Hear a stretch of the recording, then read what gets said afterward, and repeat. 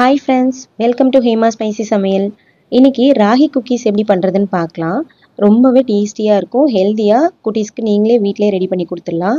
அதனால் கண்டிப்பாக வீடியோ வந்து ஸ்கிப் பண்ணாமல் பாருங்கள், உங்களுக்கு கண்டிப்பாக யூஸ்ஃபுல்லாக இருக்கும்.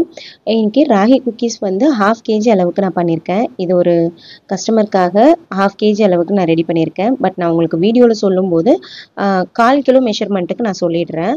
அப்போ உங்களுக்கு 1/4 கிலோ மெஷர்மெண்ட்னா கொஞ்சம் கம்மியான குவான்டிட்டியாக இருக்கும், உங்களுக்கு செய்கிறதுக்கும் ஈஸியாக இருக்கும். ஸோ அதனால் நான் 1/4 கிலோ அளவுக்கான மெஷர்மெண்ட் மட்டும் சொல்லிடுறேன். பட் நான் 1/2 kg அளவுக்கு எடுத்திருக்கேன்.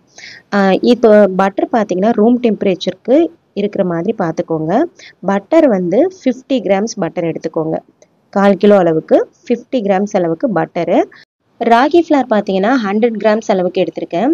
ஹோல் வீட் ஃப்ளார் வந்து பார்த்தீங்கன்னா 50 கிராம்ஸ் அளவு எடுத்திருக்கேன். இது எல்லாமே நான் மில்லில் கொடுத்து அரைச்சி வச்சுருக்கேன். எப்போவுமே நான் வந்து கடையில் வாங்கி யூஸ் பண்ணுறதில்ல. மில்லில் நானே கடையில் வாங்கிட்டு மில்லில் காய வச்சு அரைச்சி தான் யூஸ் பண்ணுவேன். இது கூடவே வந்து பார்த்தீங்கன்னா நாட்டு சர்க்கரை 75 கிராம்ஸ் எடுத்திருக்கேன். இது கூடவே ஒரு 3 ஏலக்காவை சேர்த்து நல்லா பொடி பண்ணி எடுத்துக்கலாம். இல்லைன்னா ஏலக்காவை நீங்கள் தனியாக பவுடராக சேர்க்கறதுனால ஓகே.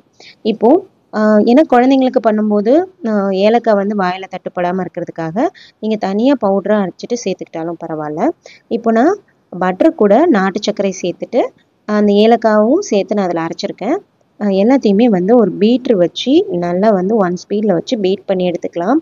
நல்லா க்ரீமி கன்சிஸ்டன்சி வர்ற வரைக்கும். நம்ம பட்டர் மட்டும் ரூம் டெம்பரேச்சரில் இருக்கிற மாதிரி பார்த்துக்கோங்க. நாட்டு சர்க்கரை சேர்க்கும் போது பார்த்தீங்கன்னா ரொம்ப வந்து நமக்கு கரையாது, கொஞ்சம் கொஞ்சம் கட்டி கட்டியாக இருக்கிற மாதிரி தான் இருக்கும். பட் ஆனால் டேஸ்ட் வந்து நல்லாயிருக்கும். பேக்காகி கிடைக்கிறப்போ ரொம்ப சூப்பராக இருக்கும். ஒயிட் சுகர் இல்லைனா ஜாகரி பவுடர் யூஸ் பண்ணி பண்ணுறதை விட நாட்டு சர்க்கரை வந்து கொஞ்சம் மைல்டான ஸ்வீட்னஸ் இருக்கும், நல்லாவும் இருக்கும். கண்டிப்பாக ட்ரை பண்ணி பாருங்கள் நாட்டு சர்க்கரை யூஸ் பண்ணி. இப்போ மறுபடியும் வந்து ஸ்பேட்சுலா வச்சு சைடில் எல்லாத்தையுமே வந்து நான் ரிமூவ் பண்ணிவிட்டு திருப்பி வந்து பீட்ரு யூஸ் பண்ணி 1 ஸ்பீட்லேயே வச்சு பீட் பண்ணி எடுத்துக்கிட்டேன். இப்போ பார்த்தீங்கன்னாவே உங்களுக்கு தெரியும் கலர் டிஃப்ரென்ஸு. இந்த அளவுக்கு பீட் ஆனாலே போதும். ராகி குக்கீஸ்க்கு பார்த்தீங்கன்னா வீட் ஃப்ளார் வந்து கொஞ்சம் சேர்த்து பண்ணும்போது தான் நமக்கு நல்லாயிருக்கும் டேஸ்ட்டு. அதனால தான் நான் இந்த டைம் வீட் ஃப்ளார் யூஸ் பண்ணியிருக்கேன். வீட் ஃப்ளார் பார்த்தீங்கன்னா கம்மியாக சேர்க்கணும், ராகி ஃப்ளார் கொஞ்சம் அதிகமாக இருக்கணும். அதாவது 100 கிராம்ஸ் வந்து நான் ராகி எடுத்திருக்கேன்னா 50 கிராம்ஸ் வந்து வீட் ஃப்ளார் எடுத்திருக்கேன். ஸோ அந்த மாதிரி ரேஷியோவில் வந்து சேர்த்துக்கும் போது உங்களுக்கு டேஸ்ட்டு நல்லாயிருக்கும். கண்டிப்பாக அந்த மாதிரி ட்ரை பண்ணி பாருங்கள். ராகி ஃப்ளார் மட்டும் சேர்த்து பண்ணும்போது கொஞ்சம் வந்து ஹார்டாக இருக்கிற மாதிரி இருக்கும், ஹார்ட்னஸ் இருக்கும் நமக்கு. ஸோ கண்டிப்பாக இந்த மாதிரி ட்ரை பண்ணி பாருங்கள். அடுத்தது பார்த்தீங்கன்னா வெட் இன்க்ரீடியன்ட்ஸ் வந்து கொஞ்சம் கொஞ்சமாக சேர்த்து நம்ம ஸ்பேட்சுலா ரிமூவ் பண்ணிவிட்டு கையாலே வந்து பிசைஞ்சு எடுத்துக்கலாம். கையால் வந்து பிசையும் போது தான் நமக்கு வந்து அந்த நல்ல வந்து நமக்கு பிசைய முடியும். விஸ்க் வச்சு பண்ணும்போது வராது. ஸோ அதனால் ராகி ஃப்ளார் அதையும் வீட் ஃப்ளார் ரெண்டுத்தையுமே ஜலிச்சுட்டு சேர்த்துக்கலாம். ஏன்னா நான் மில்லில் கொடுத்து அரைக்கிறதுனால அதில் சின்ன சின்ன கட்டிகள் வர்றதுக்கு அதிக வாய்ப்பு இருக்குது. ஸோ அதனால் நான் எப்போவுமே சலிச்சு தான் யூஸ் பண்ணுவேன். இப்போ பாருங்கள் ஃபுல்லாக சலிச்சதுக்கு அப்புறமா எவ்வளோ அந்தளவுக்கு குட்டி குட்டியாக கட்டிகள் மாதிரி இருக்குது. ஏன்னா மில்லில் கொடுத்து அரைக்கும் போது கண்டிப்பாக அந்த மாதிரி குட்டி குட்டி கட்டிகள் வந்து வர்றதுக்கு அதிக சான்சஸ் இருக்குது. நீங்கள் கடையில் வாங்கினாலும் சலிச்சுட்டே யூஸ் பண்ணுங்கள். நிறைய வீட்டில் பார்த்தீங்கன்னா இப்போ ராகி ஃப்ளார் வீட் ஃப்ளார்லாம் வந்து மில்லில் கொடுத்து அரைச்சிக்கிறாங்க. ஸோ அதனால் வீட்டிலே நம்ம அரைக்கிறது ரொம்ப பெட்டர். நீங்கள் இல்லாத பட்சத்துக்கு கடையில் வாங்கிக்கோங்க. இப்போ எல்லாத்தையுமே சலிச்சு எடுத்தாச்சு. எல்லாத்தையுமே கை வச்சு இப்போ பிசைஞ்சு எடுத்துக்கலாம் சப்பாத்தி மாவு பதத்துக்கு. இது கூடவே பார்த்தீங்கன்னா பேக்கிங் பவுடர் ஒரு 1/4 டீஸ்பூன் அளவுக்கு சேர்த்துக்கோங்க. பேக்கிங் சோடா ஒரு பிஞ்ச் அளவுக்கு சேர்த்துருக்கேன். கூடவே ஒரு பிஞ்ச் அளவுக்கு உப்பு சேர்த்துக்கோங்க. அதை நான் சொல்ல மறந்துட்டேன் முன்னாடியே. அதையும் சேர்த்துட்டு நல்லா வந்து நம்ம சப்பாத்தி மாவுக்கு பிசைகிற மாதிரி பிசைஞ்சு எடுத்துக்கலாம். உங்களுக்கு தண்ணி தேவைப்பட்டுச்சுன்னா ஹாட் வாட்டர் வந்து சேர்த்துக்கலாம். அப்படி இல்லைன்னா காய்ச்சி ஆற வச்சின பாலை வந்து சேர்த்து இந்த மாதிரி இந்த அளவுக்கு டோ வர்ற அளவுக்கு நீங்கள் பிசைஞ்சு எடுத்துக்கோங்க. பாருங்கள், நீங்கள் கையை வச்சு அமுக்கும் போது லைட்டாக ரொம்ப சாஃப்டாக இருக்கணும். அப்போ தான் நமக்கு குக்கீஸ் வந்து ரொம்ப க்ரன்ச்சியாக இருக்கும், ஹார்டாகாமல் இருக்கும்.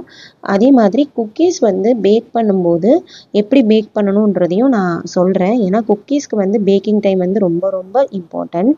எனக்கு நிறைய டைம் ஹார்டானதுக்கு ரீசன் வந்து நிறைய டைம் பண்ணி ஹார்டாயிருக்கு. அதுக்கு ரீசன் பார்த்தீங்கன்னா நான் பேக்கிங் டைம் பற்றி உங்களுக்கு டீட்டெயிலாக வந்து பேக் பண்ணுற டைமில் சொல்கிறேன். இப்போது இந்த டோ வந்து பார்த்தீங்கன்னா கிளிங் ராப் பண்ணி ஃப்ரிட்ஜில் ஒரு 10 மினிட்ஸ் வச்சு எடுத்து கூட பண்ணலாம். இல்லை உங்களுக்கு இன்ஸ்டண்ட்டாக பண்ணணும் அப்படின்னாலும் பண்ணலாம். இன்றைக்கி பார்த்தீங்கன்னா நான் ஃப்ரிட்ஜில் வந்து ஒரு 10 மினிட்ஸ் வச்சுருந்தேன். வச்சுட்டு அதுக்கப்புறமா எடுத்து ரோல் பண்ணிவிட்டு நம்ம குக்கி கட்டர் யூஸ் பண்ணி கட் பண்ணிக்கலாம். இப்போது மாவு வந்து பார்த்தீங்கன்னா இந்த மாதிரி நல்ல உருண்டையாக நல்லா உருட்டிட்டு அதுக்கப்புறமா மேலே ஒரு பட்டர் ஷீட் போட்டுட்டு அதுக்கப்புறமா நீங்கள் இந்த மாதிரி சப்பாத்தி கட்டை வச்சு உருட்டிக்கலாம். வந்து ரொம்ப மெல்லிசாக உருட்டிடக்கூடாது. கொஞ்சம் நமக்கு திக்னஸ் இருக்கும். திக்னஸ் நான் காமிக்கிறேன். அந்த அளவுக்கு திக்னஸ்க்கு நல்லா உருட்டிட்டு அதுக்கப்புறமா குக்கி கட்டரை யூஸ் பண்ணி கட் பண்ணிக்கலாம். இப்போ பாருங்கள், இந்த அளவுக்கு பட்டர் ஷீட் போட்டு நீங்கள் உருட்டும் போது தான் மேலே வந்து அந்த வெடிப்புகள்லாம் இல்லாமல் வரும். அதுக்காக தான் பட்டர் ஷீட் போட்டுட்டு நம்ம இல்லைன்னா அந்த பிளாஸ்டிக் ஷீட் இருக்கும் இல்லைங்களா, அது கூட போட்டுட்டு நீங்கள் உருட்டிக்கலாம். இப்போ குக்கி கட்டரை வச்சு நான் எல்லாத்தையுமே கட் பண்ணி எடுத்துக்கிறேன். என்கிட்ட இருக்கிற குக்கி கட்டர் ஷேப்ஸில் இருக்கிற ஷேப்ஸை வச்சு நான் கட் பண்ணி எடுத்துக்கிறேன். ஸோ கட் பண்ணிவிட்டு எல்லாத்தையுமே எடுத்து ட்ரேயில் மாற்றிக்கலாம். ட்ரேயில் மாற்றும் போது பார்த்தீங்கன்னா நீங்கள் கீழே பட்டர் ஷீட் போடுறதுனாலும் போட்டுக்கலாம். அப்படி இல்லைன்னா நீங்கள் டைரெக்டாகவே வச்சுக்கலாம். நீங்கள் பேக் ஆனதுக்கப்புறமா ஈஸியாக ரிமூவ் ஆகிடும். நான் இன்றைக்கி எந்த பட்டர் ஷீட்டும் கீழே போடலை, அப்படியே தான் எடுத்து வச்சுருக்கேன். எல்லாத்தையுமே இந்த மாதிரி ஷீட்டில் வந்து எடுத்து வச்சாச்சு. அந்த ட்ரேயில் வந்து எடுத்து வச்சுட்டேன். அதுக்கப்புறமா உங்ககிட்ட குக்கி கட்டர் இல்லைன்னா இந்த மாதிரி சின்ன சைஸாக பால்ஸ் மாதிரி இந்த மாதிரி உருட்டிக்கோங்க. உருட்டிட்டு சென்டரில் ஒரு ப்ரெஸ் கொடுத்துட்டு இந்த மாதிரி ஃபோக் வச்சு லைட்டாக டிசைன் கொடுத்துக்கோங்க ப்ரெஸ் பண்ணி. அதுவுமே வந்து சூப்பராக இருக்கும். கரெக்டாக வந்து பேக் ஆகி வந்துச்சுன்னா ஒரே சைஸில் எடுத்துக்கோங்க, அப்போ சூப்பராக வரும். இதே சைஸாக எல்லா உருண்டைகளையும் எடுத்து பண்ணுங்கள், அப்போ தான் வந்து கரெக்டாக வரும் பேக் ஆகும்போது. ஸோ அதுக்கப்புறமா இருக்கிற மாவையுமே இதே மாதிரி ரோல் பண்ணிவிட்டு இதே ப்ராசஸ் தான் நம்ம பண்ண வேண்டியதான். இப்போ பார்த்தீங்கன்னா ட்ரேயில் நான் எல்லாத்தையுமே கட் பண்ணி வச்சுட்டேன். ஓடிஜியில் நம்ம வச்சு இதை பேக் பண்ண வேண்டியதான். அதுக்கு முன்னாடி கொஞ்சம் சாக்கோ சிப்ஸ் மேலே வச்சா நல்லாயிருக்கும்னு சொல்லிட்டு கொஞ்சமாக சாக்கோ சிப்ஸும் அதில் ஆட் பண்ணியிருக்கேன். மில்க் சாக்கோ சிப்ஸ் தான் வந்து ஆட் பண்ணியிருக்கேன். இதை ஆட் பண்ணிவிட்டு லைட்டாக ப்ரெஸ் கொடுத்துக்கணும். அப்போ தான் வந்து அதில் நல்லா வந்து ஸ்டிக் ஆகிக்கும். இல்லைன்னா அது வந்து உதிர்ந்து வர்ற மாதிரி ஆகிடும். ஸோ இந்த மாதிரி சாக்கோ சிப்ஸ் வந்து ப்ளேஸ் பண்ணிக்கலாம். ப்ளேஸ் பண்ணிவிட்டு நம்ம ஓடிஜியில் வந்து செட் பண்ணிக்கலாம். ஓடிஜி பார்த்தீங்கன்னா நான் ஏற்கனவே ப்ரீஹீட் பண்ணி எடுத்து வச்சுருக்கேன். ப்ரீஹீட் மோட் பார்த்தீங்கன்னா 10 மினிட்ஸு டோஸ்ட் மோடில் 170 டிகிரியில் வச்சு ப்ரீஹீட் பண்ணியிருக்கேன். பேக் மோடில் வேணாலும் வைக்கலாம். நான் எப்போவுமே குக்கீஸ்க்கு மட்டும் டோஸ்ட் மோடில் தான் வைப்பேன். டோஸ்ட் மோடில் வைக்கும்போது நமக்கு நல்லா கிறிஸ்பியாக நமக்கு கிடைக்கும். ஸோ அதனால் டோஸ்ட் மோடில் வச்சுக்கலாம். அப்படி இல்லை உங்ககிட்ட டோஸ்ட் மோட் எதுவும் இல்லை உங்களோட ஓடிஜியில் அப்படின்னா பேக் மோட்லேயே வச்சு நீங்கள் பேக் பண்ணிக்கலாம். ஸோ ப்ரீஹீட் ஆனதுக்கப்புறமா ட்ரேவை ஓடிஜியில் வந்து ப்ளேஸ் பண்ணிக்கலாம். ப்ளேஸ் பண்ணிவிட்டு கரெக்டாக 15 மினிட்ஸ் நீங்கள் டைமர் வச்சுட்டு அதே டோஸ்ட் மோடில் வச்சு க்ளோஸ் பண்ணிடலாம். 15 மினிட்ஸில் சூப்பராக பேக் ஆகிடும். கண்டிப்பாக அதுக்கு மேலே பேக் பண்ணிடாதீங்க. நீங்கள் பேக் பண்ணிவிட்டு செக் பண்ணும்போது பார்த்தீங்கன்னா லைட்டாக கலர் சேஞ்ச் ஆகாமல் கூட இருக்கலாம். ஆனால் நீங்கள் ரிமூவ் பண்ணிவிடுங்க. ஏன்னா 15 மினிட்ஸுக்கு மேலே வச்சுட்டிங்க, அதுக்கு மேலே ஆனால் ஒரு ஓடிஜிக்கு டிஃபர் ஆகும். பட் எனக்கு வந்து கரெக்டாக இந்த மார்ஃபரிச்சர் வச்சுருக்கீங்கன்னா 15 மினிட்ஸ் தான் ஆகும். அதுக்கு மேலே பேக் பண்ணிங்கன்னா ரொம்ப ஹார்ட் ஆகிடும். அதில் உள்ள மாய்ஸ்சர் கண்டென்ட் எல்லாமே வந்து நமக்கு அப்சர்வ் ஆகிடும். ஹீட்டில் வந்து எல்லாமே அப்சர்வ் பண்ணிக்கும். அதனால் நமக்கு அந்த மாய்ஸ்சரே இருக்காது. பேக் பண்ணும்போது அந்த குக்கீஸில் ரொம்ப ஹார்டான மாதிரி ஆகிடும். எனக்கு நிறைய டைம் அது மாதிரி ப்ராப்ளம் ஆயிருக்கு. நான் குக்கி இது மாதிரி ரெடி பண்ணி கொடுத்ததுக்கப்புறமா கஸ்டமர்ஸே என்கிட்ட சொல்லியிருக்காங்க கொஞ்சம் ஹார்டாக இருக்கிற மாதிரி இருக்குது அப்படின்னு சொல்லிட்டு. ராகியில் பண்ணும்போது லைட்டாக ஹார்ட்னஸ் இருக்கும். இருந்தாலும் நம்ம ஓவர் பேக் பண்ணிட்டா அதில் இருக்க பட்டர் வந்து நம்ம 100 கிராம்ஸ் கிட்ட பட்டர் வந்து சேர்த்துருப்போம். நான் 1/2 kgக்கு சொல்கிறேன். 1/4 கிலோவுக்கு நம்ம 50 கிராம்ஸ் அளவுக்கு பட்டர் சேர்த்துருப்போம். பட் இருந்தாலும் அந்த பட்டரோட மாய்ஸ்சர் எதுவுமே அந்த பிஸ்கெட்டில் வந்து இருக்காது, அதாவது குக்கீஸில் இருக்காது.